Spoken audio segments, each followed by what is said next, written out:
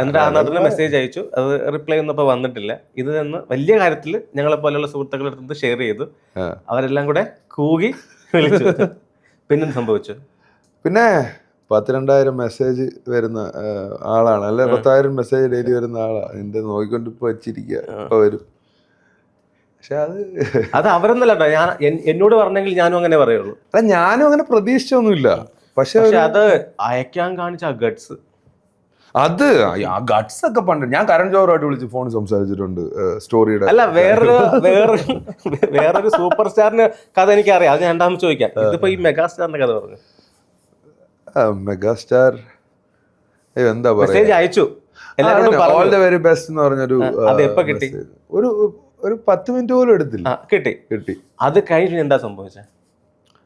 അത് കഴിഞ്ഞ് കുറച്ച് കഴിഞ്ഞ് കുറെ നാൾ കഴിഞ്ഞ്, കുറെ നാളല്ല, അതിനുശേഷം ഞാൻ ആളുടെ കോളോ അല്ലെങ്കിൽ എന്തെങ്കിലും എക്സ്പെക്ട് ചെയ്തിരുന്നോ? എക്സ്പെക്ട് ചെയ്യുന്നതായി അല്ല, എനിക്ക് അത് പറയുന്ന മെസ്സേജ്, ആദ്യത്തെ മെസ്സേജ് തന്നെ ഓൾമോസ്റ്റ് ഒരു 2 വർഷമായിട്ട് എന്റെ നമ്പർ ഉണ്ടായിരുന്നു. ഞാൻ ഇതുവരെ ഒന്നും മെസ്സേജ് അയച്ച് ബുദ്ധിമുട്ടിച്ചില്ല. പക്ഷെ now I want to like ഞാൻ തുടങ്ങി. അത് മമ്മൂക്കയാണ്, അതെല്ലാവർക്കും അറിയാവുന്ന കാര്യമാണ്. അത് വീണ്ടും വീണ്ടും പറയണ്ട എന്നുള്ളൊരു സാധനം ഞാൻ തുടക്കത്തിൽ പറഞ്ഞു. അതൊരിക്കലും മാറുന്നില്ല. അതിപ്പോ ആർക്ക് ചൊറിഞ്ഞാലും കാര്യമൊന്നുമില്ല, അത് ഉള്ള കാര്യമാണ്. പക്ഷെ അത് നമ്മൾ എപ്പോഴും പറയുക എന്നുള്ള സാധനം നമ്മളുടെ ഗ്രാറ്റിറ്റ്യൂഡ് കൊണ്ട് പറയുന്നതാവാം, ചിലപ്പോൾ നമ്മൾ ആളാവാൻ വേണ്ടി പറയുന്നതാവാം എന്നുള്ളൊരു തെറ്റിദ്ധാരണയിലേക്ക് ഏതെങ്കിലും ഒരു ഫ്രസ്ട്രേറ്റഡ് മൈൻഡിന് തോന്നിയാൽ നമുക്കത് തെറ്റ് പറയാൻ പറ്റില്ല. അതുകൊണ്ടാണ് ഞാനിപ്പോ ഇപ്പൊ ഫോർ എക്സാമ്പിൾ ഞാൻ ഇത്തവണ ഫ്രൈഡേ ഫിലിം ഹൗസിന്റെ തന്നെ ഞാൻ പറഞ്ഞില്ലേ, എനിക്കൊരു അവസരം തന്ന് ഇത്രയും നാൾ കഴിഞ്ഞ് എൻ്റെ ആദ്യത്തെ ബർത്ത്ഡേ ആഘോഷിച്ചത് ഫ്രൈഡേ ഫിലിം ഹൗസിന്റെ സെറ്റിലാണ്. കാലന്റെ തങ്കക്കുടം എന്ന് പറഞ്ഞ പടത്തിന് അതൊരു ചെറിയ പരിപാടി ചെയ്യുന്നുണ്ട്. അപ്പൊ അവിടെ വെച്ചിട്ട് ഈ ഉണ്ണിക്കണ്ണൻ എന്ന് പറഞ്ഞ പുതിയത് ഈ ഉണ്ണിക്കണ്ണൻ എന്ന് പറയുന്ന ഒരു കക്ഷിയാണല്ലോ, മറ്റേ വിജയണ്ണന്റെ പാലക്കാട്. അപ്പൊ പുള്ളി അതിനകത്തൊരു ഇത് ചെയ്യുന്നുണ്ട്. അപ്പൊ പുള്ളി എല്ലാ ആർട്ടിസ്റ്റുമായിട്ടും വീഡിയോ എടുക്കും. അത് തന്നെ എല്ലാവരുടെയും വീഡിയോ എടുക്കുന്നുണ്ട്. അപ്പൊ എൻ്റെ ഇടയ്ക്കും എന്നെ മനസ്സിലായില്ല പുള്ളിക്ക്, കാരണം ഞാൻ ഇത് മൊത്തം സൈഡിൽ നിന്ന് ഇങ്ങനെ ഫുൾ വെച്ച് കമ്മലൊക്കെ ഇട്ട് മുടിയൊക്കെ കളർ ചെയ്തിട്ട് വേറൊരു ഗെറ്റപ്പാണ് ആ പരിപാടിക്കകത്ത്. അപ്പൊ ഈ ഗെറ്റപ്പ് ഇങ്ങനെ ഇടയ്ക്കിടയ്ക്ക് മാറിക്കൊണ്ടിരിക്കുകയല്ലേ, ഒരു 4 ദിവസമെങ്കിലും മെയിൻറ്റെയിൻ ചെയ്യും ഒരു ഗെറ്റപ്പ്? ഇല്ല, എനിക്ക് അങ്ങനെ ഇഷ്ടമാണ്. ഞാൻ ഇങ്ങനെ എൻ്റെ ഏത് സിനിമ കണ്ടിട്ട് ഞാൻ അഭിനയിച്ചേക്കുന്നു പറഞ്ഞേക്കുന്നത് വരാലിനകത്ത് വേറൊരു ഗെറ്റപ്പാണ്. അത് ഒറ്റ സീനിൽ ഒന്നാണല്ലോ. അതിന്റെ ഇത് അബ്രാമിന്റെ സന്തതിനകത്ത് ശ്രദ്ധിച്ചാൽ മനസ്സിലാവും, ആദ്യത്തെ പടമാണെങ്കിലും അതിനകത്ത് 2 ഗെറ്റപ്പാണ്. ഒന്ന് ഫുള്ളി കേളി ആയിട്ടുള്ള ഒരു സാധനവും, ഒന്ന് മറ്റേ ഫുള്ളി ഭയങ്കര ഫോമൽ പരിപാടി. പിന്നെ മാമാങ്കത്തിന് അതെന്റെ അമ്മ കണ്ടിട്ട് പോലും തിരിച്ചറിഞ്ഞിട്ടില്ല, അത് വേറെ കാര്യം. പിന്നെ ട്രാൻസിനകത്ത് ഒരു പോണി ടെയിലാണ് ഇവിടെ. അത് അമലേട്ടൻ പറഞ്ഞിട്ടാണ് എനിക്ക് പോണി ടെയിൽ വെച്ച് കെട്ടി തന്നത്. അത് കോട്ട് മറ്റേ സൂട്ട് പരിപാടിയാണ്. അതിൽ ഇംഗ്ലീഷ് ഡയലോഗാണ്. അതൊക്കെ അങ്ങനെ ആ സമയത്തൊക്കെ കിട്ടിയിട്ടുള്ള ഒരു ഹൈ ഉണ്ട്, ആ ഗൂസ് ബംസ് മൊമെന്റ്സ് ഉണ്ട്. നമ്മളെ അപ്രീഷിയേറ്റ് ചെയ്ത ഒരു വാക്ക് പറയുക എന്നുള്ള സാധനം ഉണ്ടല്ലോ. ഇപ്പം ഫോർ എക്സാമ്പിൾ അതിനകത്തുള്ള ആ ഫഹദിന്റെ അടുക്കുള്ള ഫഹദുണ്ട്, നസ്രിയ ഉണ്ട്, ദിലീഷ് പോത്തൻ, എല്ലാവരും ഉണ്ടായിരുന്നു ആ സമയത്ത്. മറ്റേ സ്റ്റിൽ ഗവൺമെന്റ് കൊടുക്കാനുള്ള റോയൽറ്റി ദിലീഷ് ചേട്ടന്റെ ഞങ്ങൾ ഒരുമിച്ച് കോമ്പിനേഷൻ ഒന്നും ചെയ്തിട്ടില്ല.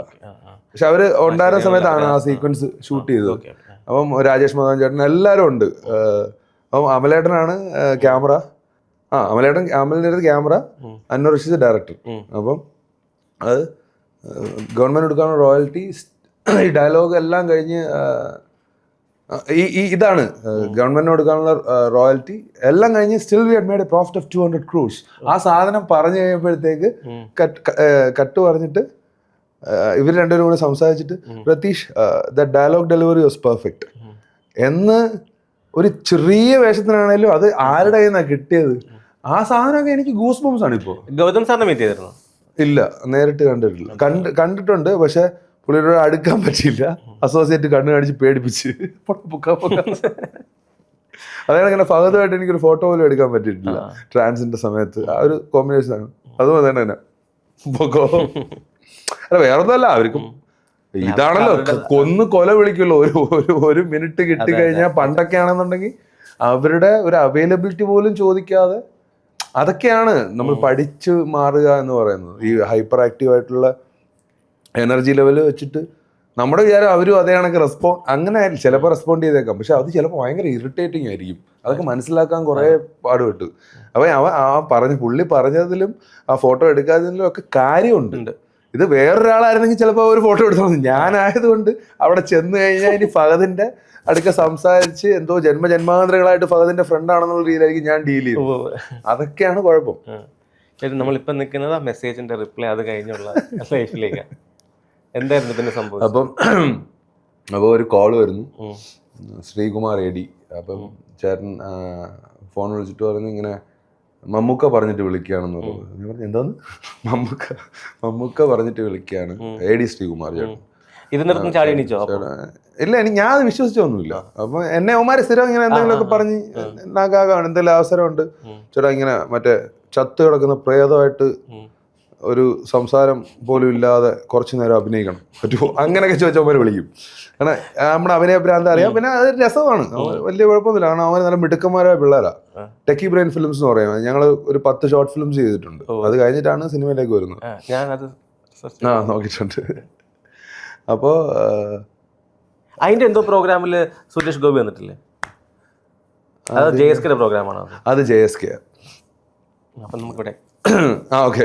അല്ല, ഇത് മനോരമയുടെ ഒരു അവാർഡ് കിട്ടിയിട്ടുണ്ട് ഞങ്ങൾക്ക്. ജോണി വാക്കർ എന്ന് പറഞ്ഞ നമ്മള് ആൽക്കഹോൾ അബ്യൂസിന് അഗെയിൻസ്റ്റ് ആയിട്ടുള്ള ഒരു പരിപാടി ചെയ്തത്. ജോണി വാക്കർ, ധ്രുവം, ഇനി അതൊക്കെ പേരുണ്ട്.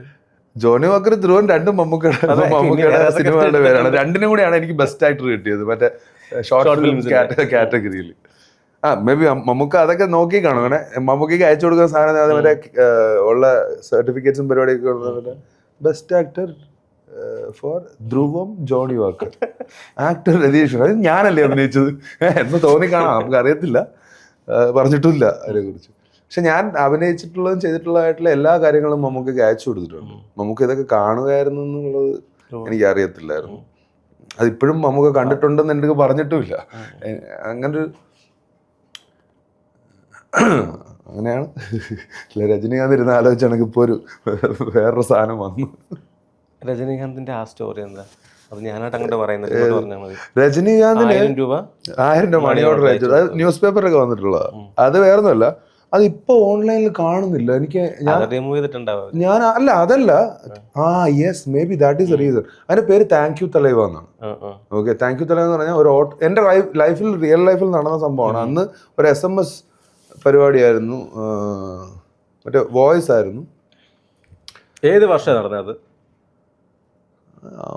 ഏത് വർഷമാണെന്ന് എനിക്ക് ഓർമ്മയില്ല. പക്ഷെ ഞാൻ ബാംഗ്ലൂർ എത്തിയപ്പോൾ നടന്നതെന്ന് പറഞ്ഞാൽ, ആദ്യം ചെന്നപ്പോൾ ഓട്ടോക്കാരന് പോകാൻ താല്പര്യമില്ല, അവൻ വലിച്ചോണ്ടിരിക്കുന്നു. അവൻ ബീഡാക്കടയുടെ അവിടെ ഇരിക്കുന്നുണ്ട്. അവൻ കസേരക്കകത്ത് മറ്റേ വണ്ടിക്കകത്ത് ഇങ്ങനെ ഇരുന്ന് അവൻ എന്തോ വേറെ പരിപാടി ചെയ്തോണ്ടിരിക്കുക. അപ്പൊ എനിക്ക് അർജന്റായിട്ട് ചെല്ലണം, ഒരിടത്ത് ആശുപത്രിയിലോട്ട് പോവാണ്, അവിടെ അത്യാവശ്യമായിട്ട് ചെല്ലുക. അപ്പൊ അവസാനം പറഞ്ഞ് ഡബിൾ മീറ്റർ. അപ്പൊ ഡബിൾ മീറ്റർ നോക്കിയാ ഡബിൾ മീറ്റർ എന്ന് പറഞ്ഞ് കയറിയപ്പോ അവൻ പറഞ്ഞ് 300 രൂപ ആവും. ഡേ ടൈമിലല്ലേ? 300 രൂപ എന്ന് പറഞ്ഞപ്പോ ഞാൻ പറഞ്ഞു ചേട്ടാ അണ്ണേ ഡബിൾ മീറ്റർ ആണെങ്കിലും 200 രൂപ വരത്തുള്ളൂ. അതൊന്നും അങ്ങനെയൊന്നുമില്ല, പോകണമെങ്കിൽ വേണമെന്നുണ്ടെങ്കിൽ വേണം, പോകാന്നുണ്ടെങ്കിൽ പോവാം, ഇല്ലെങ്കിൽ വേണ്ട, പോകുന്നില്ല എന്ന് പറഞ്ഞു. ഞാൻ കുഴപ്പമില്ല, 300 രൂപയ്ക്ക് 300 കയറാൻ പറഞ്ഞു. വണ്ടിക്ക് അത് കയറി തന്നെ മറ്റേ സിഗരറ്റ് വലിച്ച് തുടങ്ങി പകുതി ആയുള്ളൂ. ഇതും ചേർത്ത് എടുപ്പേന്ന്. ഏതാ ഇതിന്റെ കാശും കൂടി ചേർത്ത് എടുക്കുമെന്ന്. ആ സിഗരറ്റ് കളഞ്ഞിട്ട് ബീഡ വേണമെന്ന് പറഞ്ഞു. ഇത് നടന്ന സാധനം, ഇതേ സാധനം തന്നെ ഞാനും ആ ഷോർട്ട് ഫിലിം താങ്ക് യു തലേ എന്നുള്ളത് കാണിച്ചു. പക്ഷെ അവിടെ പോയി ഇറങ്ങി കഴിഞ്ഞിട്ട് ഇയാള് കറക്റ്റായിട്ട് പറഞ്ഞ എമൗണ്ടിന്റെ പകുതിയെ വാങ്ങിച്ചുള്ളൂ, ബാക്കി തിരിച്ചത്. എനിക്ക് ഇയാള് അപ്പൊ ഷോർട്ട് ഫിലിമിൽ അത് വേറെ രീതിയിലാണ് കാണിച്ചേക്കുന്നത്. സംഭവം എന്ന് പറഞ്ഞാൽ ഇടയ്ക്ക് വെച്ച് നടന്നെന്ന് പറഞ്ഞാൽ ഒരു പാട്ട് വന്ന് അതിനകത്താണ്. ഇയാള് കട്ട രജനീകാന്ത് ഫാനായിരുന്നു. മറ്റേ അതാണ്ടാ ഇതാണ്ടാ അരുണാചലം അതാണ്ടെന്നൊക്കെ പറയുന്ന പോലെ ഈ വന്ന പാട്ട് ഓട്ടോക്കാരൻ, മറ്റേ നന്ദിയുള്ള പാസക്കാരൻ താണ്ട ഓവർ റേറ്റ് എടുക്കത്തില്ലെന്നൊക്കെ ഉള്ള സാധനം. അപ്പൊ ഇതാണ് വിഷ്വലിനകത്ത് നമ്മള് ഷോർട്ട് ഫിലിം ചെയ്തപ്പോ ഈ പറഞ്ഞ ആള് ഞാൻ ഓട്ടോക്കാരൻ. അപ്പൊ ഞാൻ ഇതെല്ലാം പറഞ്ഞിട്ട് പോയാലും അവനൊരു മെസ്സേജ് വരുന്നത്. അപ്പൊ അവൻ പ്ലേ ചെയ്യുമ്പോൾ മറ്റേ പാട്ട് തുടങ്ങും അപ്പൊ ഇവൻ നിർത്തിയിട്ട് കോപ്പ് അവൻ അയക്കാൻ വേണ്ട സമയം പറഞ്ഞ് അവൻ വേറെ കാര്യം ചെയ്തോണ്ടിരിക്കുമ്പോൾ ഈ വണ്ടി ചവിട്ടി നിർത്തിട്ട് അപ്പൊ അവൻ നിർത്തിനെ പറയാ അന്ത പാട്ട് അതുക്ക് നിർത്തിനെ. ഫസ്റ്റ് ആദ്യത്തെ ആണെന്ന് പറഞ്ഞൂടെ. അപ്പൊ മൊബൈൽ ഇഷ്ടം. அப்புறம் இது ஆட்டோ இஷ்டம், அந்த பாட்டு திருப்பி போடாம நீ இங்க இருந்து 1 இன்ச் இந்த வண்டி இங்க இருந்து 1 இன்ச் நகராது. അപ്പൊ അവന് മനസ്സിലാവുന്നില്ല എന്താ സംഭവം. അപ്പൊ അവൻ പറയാം എന്നാ കാണും നിന്റെ പാട്ടെന്ന് പറഞ്ഞ് വെക്കുന്നുണ്ടെ വിഷ്വലിനകത്ത് രജനീകാന്തിന്റെ മറ്റേ പാട്ടാണ് ഞാൻ ന്യായമുള്ള റേറ്റുകാരണ്ടാ ആ സാധനം ഏഴക്കെല്ലാം സ്വന്തക്കാരണ്ടാന്ന് പറയുന്നത്. അപ്പൊ ഒരു പെണ്ണുമ്പുള്ള കൊട്ടയായിട്ട് വന്ന് അവരെ കയറ്റാതെ പറഞ്ഞു വിട്ടിട്ടുണ്ട്. അതൊക്കെ കാണിക്കുന്നു നമ്മള് വിഷ്വല്. അപ്പൊ നമ്മള് കാണിക്കുമ്പോ മീറ്റർ വർക്ക് ആവത്തില്ലെന്ന് പറഞ്ഞ മീറ്റർ ഓൺ ആവുന്നതിന്റെ വിഷ്വല്. അത് ഈ പാട്ട് പാടി ന്യായമുള്ള റേറ്റുകാരുണ്ടാന്നുള്ള പറഞ്ഞ് സെറ്റപ്പ് ആകുമ്പോഴത്തേക്ക് അളിയും മാറി ട്രാൻസ്ഫോർമേഷൻ സംഭവിച്ചിട്ടാണ് നീങ്ക എല്ലാം നനയ്ക്കുന്ന മാതിരി ഇതെങ്കിൽ എല്ലാരുമേ അവളോ മോശം കിടയാതെന്ന് പറഞ്ഞ് ഡയലോഗും കൊടുത്ത് പോയി. അപ്പൊ ഇവന് മനസ്സിലാവാതെ ഇങ്ങനെ ആലോചിച്ചിട്ട് ഇവൻ മനസ്സിലാവും പെട്ടെന്ന് മനസ്സിലാവും ആ പാട്ട് രജനീകാന്തിന്റെ പാട്ട് കാരണമാണ് അവനിപ്പോ ഇത് കിട്ടിയെന്നുള്ളത് വെച്ചിട്ട് തലവാ താങ്ക് യു തലവാ എന്ന് പറയുന്നിടത്ത് പടം തീരുന്നു. അങ്ങനെ ഒരു സാധനം തേക്കത്തില്ല. അപ്പം അതിന് ഞങ്ങൾക്ക് 2000 രൂപ എങ്ങാണ്ട് ആദ്യത്തെ യൂട്യൂബിൽ നിന്ന് ക്യാഷ് വന്നപ്പോ അതിനകത്ത് 1000 രൂപ മണി ഓർഡറായിട്ട് അയച്ചു കൊടുക്കാൻ കാര്യം വേറൊന്നുമല്ല. ആ സമയത്ത് ലിങ്ക സിനിമ പൊട്ടിയിട്ട് എല്ലാവരും രജനീകാന്തിന്റെ കാശ് തിരിച്ചു വാങ്ങണം അതൊന്നും പറഞ്ഞ് പ്രശ്നം ഉണ്ടാക്കുന്ന സമയത്താണ്. അപ്പൊ ഞാൻ മാർക്കറ്റിംഗ് ഗൈ കൂടി ആണല്ലോ. അപ്പൊ ഞാൻ ആലോചിച്ചു രജനീകാന്തിനെ എല്ലാവരും കാശ് ഇങ്ങോട്ട് പിടിച്ചോണ്ടിരിക്കുക. നമുക്ക് രജനീകാന്ത് കാരണം കിട്ടിയ ഒരു സാധനം. നമ്മള് 10,000-2000 പേര് കാണുന്നത് അത്യാവശ്യം റീച്ച് കയറി പോയായിരുന്നു. നല്ല എമൗണ്ട് ആൾക്കാർ കണ്ട്. അപ്പൊ അതിന് രജനീകാന്തിന് അവകാശമുണ്ട്. കാരണം ഇത് മൊത്തം ആ പാട്ടിന്റെ ബേസ് ചെയ്തുള്ള സാധനമായിട്ട് 1000 രൂപ മണി ഓർഡർ ആയിട്ട് എന്റെ ഡീറ്റെയിൽസും എല്ലാ പരിപാടികളും ഉണ്ടായിരുന്നു. അങ്ങനെയാണ് നീ കണ്ട ആർട്ടിക്കിളിനകത്ത് വന്നത്. പക്ഷെ അത് നൈസായിട്ടുണ്ട്. അതാണ് ഐഡിയ. അങ്ങനെ കുറെ പരിപാടികളൊക്കെ ചെയ്തിട്ടുണ്ട്. പിന്നെ മമ്മൂക്ക എന്നെ വിളിച്ചത് ആദ്യമായിട്ട് ഫോണിൽ ആദ്യമായിട്ട് ഞാൻ വിളിക്കുന്നത് വേറെ സിനിമ റിലേറ്റഡ് ഒരു കാര്യത്തിനാണ്.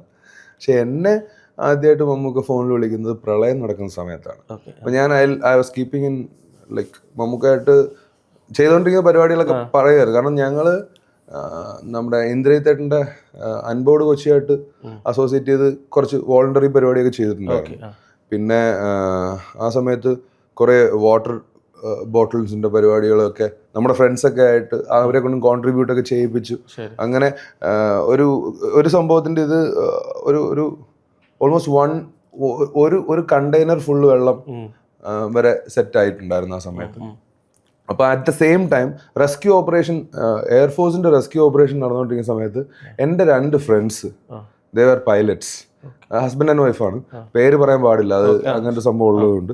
ഇത്തവണ ഞങ്ങൾ റീയൂണിയൻ വെച്ച് കണ്ടപ്പോൾ തന്നെ അവൻ്റെ ഒരു വീഡിയോ എടുത്ത് തുടങ്ങുന്ന പറഞ്ഞ് എൻ്റെ പൊന്നളിയാ നീ എന്ത് കാണിക്കുന്നേ, അതൊന്നും പരിപാടി നടക്കില്ല, അതൊക്കെ ഓക്കെ, സന്തോഷം, നമ്മൾ ചെയ്ത കാര്യമൊക്കെ ഓക്കെ. അപ്പോഴെനിക്ക് മനസ്സിലായ എൻ്റെ സീരിയസ്നെസ്. അപ്പോൾ ഞാൻ പറഞ്ഞു ഓക്കേടാ, എന്നാലും ഞാൻ ഇത് എവിടെയെങ്കിലും പറയും, പക്ഷെ നിന്റെ പേര് പറയത്തില്ല, നമ്മളെ അറിയാവുന്നവർക്ക് അറിയാം നീയും വൈഫാണെന്നുള്ള കാര്യം പറഞ്ഞു. അപ്പോൾ അങ്ങനെ കോർഡിനേറ്റ്സ് വെച്ചിട്ട് ജോയ്സി എന്ന് പറഞ്ഞൊരു ഡോക്ടറും ഒരു കൈക്കുഞ്ഞും ഉൾപ്പെടെ ഒരു 3-4 ഡോക്ടേഴ്സിനെ ഞാൻ കാരണം എന്താ പറയുക എൻ്റെ ഇൻവോൾവ്മെൻറ്റും കൂടി ഉണ്ടായിട്ട് ലൈഫ് സേവ് ചെയ്യാൻ പറ്റിയിട്ടുള്ള ഒരു സിറ്റുവേഷൻ ഉണ്ടായിരുന്നു. അപ്പം ഇത് അറിഞ്ഞ് ഇത് ഞാൻ പറഞ്ഞായിരുന്നു, ഇങ്ങനെ റെസ്ക്യൂ ചെയ്ത് കഴിഞ്ഞിട്ട് മമ്മൂക്കയൊക്കെ പറഞ്ഞായിരുന്നു. അപ്പം ആ സമയത്താണ് മമ്മൂക്ക വിളിക്കുന്നത്, എങ്ങനെയാണ് റെസ്ക്യൂ ഓപ്പറേഷൻസ്, എങ്ങനെയാണ് എയർഫോഴ്സുമായിട്ട് എങ്ങനെ കണക്ഷൻ എന്നുള്ള രീതി ചോദിച്ചപ്പോൾ ഞാൻ പറഞ്ഞു ഇങ്ങനെ എൻ്റെ ഫ്രണ്ട്സ് 2 പേരും കപ്പിൾസാണ്, അവർ ക്യാപ്റ്റൻ കോർഡിനേറ്റ്സ് ഷെയർ ചെയ്തിട്ട് പറ്റുന്ന മാക്സിമം ചെയ്യാൻ പറ്റുന്നത് അവർ ചെയ്യും എന്ന് പറഞ്ഞിട്ടുണ്ട്. അങ്ങനെ ഞാനും മറ്റേ സ്റ്റാർ പരിപാടിയൊക്കെ ചെയ്തിട്ടുണ്ട്, രക്ഷകൻ പരിപാടിയൊക്കെ ചെയ്തിട്ടുണ്ട്. അത് എൻ്റെ മെസ്സേജും കിടപ്പുണ്ടായിരുന്നു. മിന്നൽ മുരളിക്ക് മുന്നേ മലയാളത്തിലെ ഓ അങ്ങനെ എടുത്തിട്ട് ട്രോളും എല്ലാവരും കൂടെ. അല്ല എന്റെ സംഭവങ്ങളെല്ലാം ഞാൻ പറയുന്നത്, ഞാൻ ഇന്ററാക്ട് ചെയ്യുന്നതും എക്സ്പീരിയൻസുള്ള സംഭവങ്ങൾ പറയുമ്പോൾ കേൾക്കുന്നവർക്ക് ഡെഫിനറ്റ്ലി ഒരു തള്ളായിട്ടേ ഫീൽ ചെയ്യത്തുള്ളൂ. അതുകൊണ്ടാണ് ഇപ്പൊ വലുതായിട്ട് പറച്ചിലില്ലാത്ത. ഞാൻ പറഞ്ഞില്ല കരൺ ജോഹറിനെ വിളിച്ച് സംസാരിച്ചതും. എനിക്ക് ജീവി പ്രകാശ് എന്നെ ഞാൻ ആദ്യമായിട്ട് നമ്പർ കിട്ടുമ്പോൾ ഇപ്പോഴും ഹീസ് എ ഗുഡ് ഫ്രണ്ട് എന്നുള്ള രീതിയിൽ കണക്റ്റഡ് ആണ്. നല്ല ഭയങ്കര തിരക്കാണ്, പുള്ളി റോക്കറ്റ് വിട്ടാണെങ്കിൽ പോവുകയും ചെയ്തു. എനിക്ക് ആദ്യമായിട്ട് നമ്പർ കിട്ടുന്നത് വർഷങ്ങൾക്ക് മുമ്പാണ്. പുള്ളി അപ്പോൾ മ്യൂസിക് ഡയറക്ടറൊക്കെയാണ്. വൻ ഹിറ്റായിട്ട് വെയിലൊക്കെ വന്ന് കുറേ അയക്കുന്ന സമയം പുള്ളി ആക്ടിങ് ഒക്കെ ചെയ്തുകൊണ്ടിരിക്കുന്ന സമയത്ത്. അപ്പോൾ ഞാൻ ഇങ്ങനെ നമ്പർ കിട്ടി ചെക്ക് ചെയ്യുക. കുറേ പേരുടെ നമ്പർ കിട്ടി. അങ്ങനെ ഭരത് എന്നാണ് അവൻ്റെ പേരെന്ന് തോന്നുന്നു. ഒരു ഫാൻ പയ്യനിൽ നിന്നാണ് കിട്ടുന്നത്, പാലക്കാടുള്ള. അപ്പോൾ തമിഴ് ആക്ടേഴ്സിൻ്റെ ഒരുമാതിരിപ്പെട്ട എല്ലാവരുടെയും നമ്പേഴ്സ്, പേഴ്സണൽ നമ്പേഴ്സ് ഉൾപ്പെടെ കിട്ടി. അപ്പോൾ ഞാൻ റൈറ്റർ കഥയൊക്കെ പറയാൻ ആഗ്രഹം ഉണ്ടെന്നൊക്കെ ഉള്ള വെച്ചിട്ട് അങ്ങനെ ഞാൻ ഫോൺ ചെയ്യുന്നു. പുള്ളിയുടെ സൗണ്ട് കേൾക്കുന്നു. അപ്പോൾ ഞാൻ ആ എക്സൈറ്റ്മെൻറ്റിൽ ഞാൻ ഇങ്ങനെ പറഞ്ഞു, ഇങ്ങനെ ഇന്ന പടം എന്നെ അബ്രാമിൻ്റെ സന്തതികളിൽ ഇങ്ങനെ ഒരു നൈറ്റ് ഇത് ചെയ്തു, അങ്ങനെയാണ് തുടങ്ങുന്നത്, ഒരു റൈറ്റർ കൂടിയാണ്, അപ്പം ഒരു കഥ പറയാൻ ആഗ്രഹം ഉണ്ടെന്ന് പറയും. അപ്പോൾ ഇപ്പോൾ പറയാമെന്ന് ചോദിച്ചു. ഇംഗ്ലീഷിലാണ് conversation is happening in English. ഞാൻ വെഞ്ചൻസ് ഓഫ് ദ സ്പിരിറ്റ്സ് എന്നും പറഞ്ഞ് സ്ലീപ്പ് പാരാലിസിസും ദജാവ് ഓഫ് ദ ഡിസീസ്ഡും ഒക്കെ പറഞ്ഞ് ഞാൻ ഒരു സാധനം പറഞ്ഞു. സത്യമായിട്ടും ആ കോൾ അന്നത്തെ പറപ്പുകേടാണ്. ഞാൻ മനഃപൂർവ്വം റെക്കോർഡ് ചെയ്തൊന്നുമല്ല. അന്നേരത്തെ ഒരു എക്സൈറ്റ്മെന്റ് ഞാൻ ആ കോൾ റെക്കോർഡ് ചെയ്തിട്ടുണ്ടായിരുന്നു. അപ്പം അത് 42 മിനിറ്റ്. അത് കോള് കേട്ട് കഥ കേട്ടിട്ട് പുള്ളി സെമ സ്റ്റോറി ബ്രോ, സെമ സ്റ്റോറി, ഞാൻ എന്നാ പണ്ണോ അതിനകത്ത് എന്നുള്ള. ഞാൻ പറഞ്ഞു എനിക്ക് മാധവനെ നിങ്ങൾ കാണാൻ പറ്റുന്നുണ്ട് നടന. ഓ അപ്പടിയാ, ரொம்ப താങ്ക്സ് എന്ന് പറഞ്ഞ്. അപ്പോൾ ഞാൻ പറഞ്ഞു ഇങ്ങനെ ഡയറക്ടർ ചെയ്യാനാണോ എന്ന്. അപ്പോൾ ഞാൻ എനിക്ക് ഡയറക്റ്റ് ചെയ്യാനൊന്നുമല്ല, ഞാൻ റൈറ്റർ സ്ക്രീൻ പ്ലേ പരിപാടിയാണ്. അപ്പം പ്രൊഡ്യൂസർ പരിപാടിയിൽ ഒന്നും വേണ്ട ബ്രോ, എനിക്ക് മലയാളം தெரியாது, അപ്പം എനിക്കിത് ഫുൾ ഇംഗ്ലീഷിൽ ഒന്ന് ചെയ്യാം, ഫുള്ള് ഇംഗ്ലീഷിൽ പരിപാടി താ, നമുക്ക് ഡയറക്ടറിനും പ്രൊഡക്ഷൻ ഹൗസൊക്കെ സെറ്റ് ചെയ്ത് മൂവ് ചെയ്യാം. അത് വർക്ക് ചെയ്യാൻ തുടങ്ങി. ഞാൻ ആദ്യം ഞാൻ തമിഴ്, എന്തിനാ ഇംഗ്ലീഷ് ഉണ്ടാക്കുക, തമിഴ് തന്നെ ആക്കാമെന്ന് പറഞ്ഞ് എൻ്റെ ഒരു ഫ്രണ്ടുമായിട്ട് തമിഴ് അറിയാവുന്നവരുമായിട്ട് കുറേ നാൾ അങ്ങനെ അത് ഡിലേ ആയി. പിന്നെ പുള്ളിയും ടക്കേന്ന് പറഞ്ഞ് കയറിപ്പോയി. മീറ്റിംഗ് ഉൾപ്പെടെ ഇടയ്ക്ക് വെച്ച് ഒരു വട്ടം റെസ്പോണ്ട് ചെയ്തായിരുന്നു. എല്ലാം പാത്തിട്ടേ ഇരിക്കും ബ്രോ എന്നുള്ള, like we will definitely catch up എന്നുള്ളൊരു സാധനത്തിൽ. പിന്നെ ഞാനും അതിനകത്ത് വേറെ കുറേ പരിപാടികൾ, നടനായി, നായകനായി, കോസ്റ്റാൻ്റെ പറമ്പ് ചെയ്തു. അങ്ങനെ പാട്ട് എഴുതാൻ തുടങ്ങി. നമ്മൾ എത്ര നാൾ കണ്ടെത്തി ഹൈപ്പർ ആക്റ്റീവായി അടിച്ചു പൊളിച്ചിരിക്കുന്ന ഒരാളാണ്. ഇതല്ലാതെ നമ്മുടെ ഈ സിനിമ ലൈഫിനകത്ത് ഉണ്ടായ ഒരു ബാഡ് ആയിട്ടുള്ള ഒരു എക്സ്പീരിയൻസ് ഉണ്ട്. സ്വന്തം കയ്യിലെ കാശും സമാധാനവും സന്തോഷവും എല്ലാം നശിച്ച്, അത് ആരോഗ്യത്തിനെ വരെ, മീൻസ് ഒരു നടന് ഏറ്റവും വലിയ അസറ്റ് എന്ന് പറയുന്നത് അവൻ്റെ മുഖമാണ്, അതിൽ വരുന്ന എക്സ്പ്രഷൻസാണ്, അതാണ് അവൻ്റെ സ്വത്ത് എന്ന് പറയുന്നത്. അതിനെ വരെ നശിക്കുന്ന രീതിയിലുണ്ടായ ആ ഒരു അനുഭവം, അത് ഞാൻ മറക്കാൻ ആഗ്രഹിക്കുന്ന പരിപാടിയാണ്. ഞാൻ വിട്ട കേസുമാണ് അത്. ഇറ്റ് വാസ് ലൈക്ക് ഇപ്പോഴും അത് ട്രോമയല്ലേ ഇപ്പോഴും? ഓ, നടൻ നായകനൊക്കെ ആവാൻ ആഗ്രഹിക്കുന്ന, മുഖം കൊണ്ട് ഒരുപാട് കാര്യങ്ങൾ ചെയ്യേണ്ട ഒരാളുടെ മുഖം പകുതി തളർന്നു പോവുക എന്ന് പറയുക, that was A trauma bro. It was indeed. എങ്ങനെയാണ് അത് ഓവർകം ചെയ്തത്? അത് ഓവർകം ചെയ്തെന്ന് പറഞ്ഞാൽ ഇറ്റ് വാസ് ലൈക്ക്, അത് ഓവർകം ചെയ്തത് ഇറ്റ് വാസ് ഓൾമോസ്റ്റ് തകർന്ന് തരിപ്പണമായി. ഞാൻ ഫസ്റ്റ് പടം സ്റ്റേറ്റ് അവാർഡ് വാങ്ങിച്ച ഒരു പ്രൊഡ്യൂസർ, രണ്ടാമത്തെ പടത്തിനകത്തും ഏതോ ബെസ്റ്റ് ആക്ട്രസിനുള്ള അവാർഡ് റിമ കല്ലിങ്ങലിന് കിട്ടിയിട്ടുണ്ട്. സിദ്ധാർത്ഥ് ഭരതനാണ് ഡയറക്ടർ. ഫസ്റ്റ് പടം ഞാൻ പറഞ്ഞ സോൾട്ട് ആൻഡ് പേപ്പറിൻ്റെ കാര്യമാണ്. പുള്ളി അത് വന്നിട്ടുള്ള സംഭവമാണ്. സദാനന്ദൻ രംഗോർത്ത് മറക്കില്ല. എന്നെ കൊല്ലാൻ കൊട്ടേഷൻ കൊടുത്തിട്ടുണ്ട്. അത് വേറെ കഥയാ. അത് വേറെ കഥയെന്ന് പറഞ്ഞാൽ അത് കഴിഞ്ഞ കഥ. കുറെ പറ്റിച്ചിട്ട് പോയി. അവസാനം എങ്ങനെയാ ഇവിടെ പുള്ളി 2 പടം അനൗൺസ് ചെയ്തു. അവൾ, കൗഡില്യൻ. ഈ 2 പടത്തിലും നല്ല വേഷം എനിക്കുണ്ട്. ഞാൻ പുള്ളിയുടെ ബ്രദറിനെ പോലെ നടക്കുന്നവർ ശരിക്കും ഒരു നല്ല ഓപ്പർച്യൂണിറ്റി കണ്ടു കഴിഞ്ഞാൽ നമ്മുടെ മൈൻഡ് അവിടേക്ക് അങ്ങ് പൊക്കളെ. അത് ഫസ്റ്റ് ഓഫ് ഓൾ എല്ലാവരുടെയും മൈൻഡ് അങ്ങനെ പോത്തൊന്നുമില്ല. ഈ 1000 ആശകൾ എന്നൊരു സിനിമ ഉണ്ടല്ലോ, കാളിദാസ് ജയറാം. അതിനകത്തും ഈ സിനിമയ്ക്ക് അകത്തെ കഥ തന്നെയല്ലേ പറയുന്നത്? ഇത് അങ്ങനൊന്നല്ല, ഇത് വേറെ ലെവൽ ഫ്രോഡ് പരിപാടികളൊക്കെ ഉണ്ടായിരുന്നു. ഇത് പുള്ളി ബേസിക്കലി എന്തായാലും എനിക്ക് എന്ത് സംഭവിച്ചാലും അതിന് കാരണക്കാരൻ അവൻ തന്നെയാണ്. അത് വേറെ കാര്യം. കാരണം നിന്നെ വെറുതെ വിടത്തൊന്നുമില്ല. സ്റ്റിൽ എന്ന് പറഞ്ഞാൽ ഇറ്റ്സ് ലൈക്ക് അവന്റെ കയ്യിൽ ഒരു 5-6 കോടി രൂപ എന്തായാലും കാണണം. അതുമായിട്ട് അണ്ടർഗ്രൗണ്ടിൽ പോയി ഒരുത്തൻ എന്താണെ കാണിക്കാം, അത് വേറെ കാര്യം. അല്ല, അതൊന്നും ഒരു വിഷയമുള്ള കാര്യമൊന്നും അല്ല. ഈ കൊട്ടേഷൻ കൊടുത്തു എന്ന് പറഞ്ഞ സംഭവം പറഞ്ഞാൽ, ഞാൻ മട്ടാഞ്ചേരി ACP ആയിട്ടുള്ള എൻ്റെ അച്ഛൻ്റെ ഒരു ഫ്രണ്ട് പുള്ളിയുണ്ട്, പേര് ഞാൻ പറയുന്നില്ല. പുള്ളി വഴി എൻ്റെ ഒരു 18 കമ്പനി എന്ന് പറഞ്ഞൊരു സബ്ജക്റ്റ് പരിപാടി, കുറച്ച് ഗുണ്ട പരിപാടികളൊക്കെ ആയിട്ട് കണക്ട് ചെയ്ത് അറിയാനുള്ള ഇത് വെച്ചിട്ട് റിയൽ ആയിട്ടുള്ള കുറച്ച് ചേട്ടന്മാരുമായിട്ട് പരിചയമായി. അങ്ങനെ കുറച്ച് ദിവസങ്ങൾ അവരുമായിട്ടിരുന്ന് അവരുടെ കഥകളും അവരുടെ ലൈഫും ഒക്കെ ഇത് ചെയ്തുകൊണ്ടിരിക്കുന്നത്. അപ്പോൾ ഒരു ദിവസം പറഞ്ഞാ, ക്രിഷ് നമുക്ക് ഇന്ന് ഒരാളെ കാണാൻ പോവാം. ഞാൻ പറഞ്ഞാൽ പോവാം. അപ്പോൾ ഞാൻ പറയുമ്പോൾ നീ വന്നാൽ മതി, പോയിട്ട് നമുക്ക് കുറേ കാര്യങ്ങളൊക്കെ സംസാരിക്കാമെന്ന് പറഞ്ഞ് പോയി. അവിടെ എത്തി, അവിടെ എന്നെ ഇരുത്തി, മൊത്തം സിനിമ സ്റ്റൈലാണ് ഇരുത്തി. ഞാൻ വിളിക്കുമ്പോൾ വന്നാൽ മതി, ഇവിടെ ഇരുന്നാൽ മതി, AC ഇട്ടോ എന്ന് പറഞ്ഞ് പുള്ളി പോയി. വേറൊരുത്തൻ ബൈക്കിലാണ് വന്നത്. ബൈക്കിൽ വന്ന് അവർ രണ്ടും കൂടെ സംസാരിച്ചുകൊണ്ടിരുന്ന് കുറേ കാര്യങ്ങളൊക്കെ പറഞ്ഞു. അതിനുശേഷം പതുക്കെ അവിടെ നിന്ന് കണ്ണ് കാണിച്ച് വിളിച്ച്.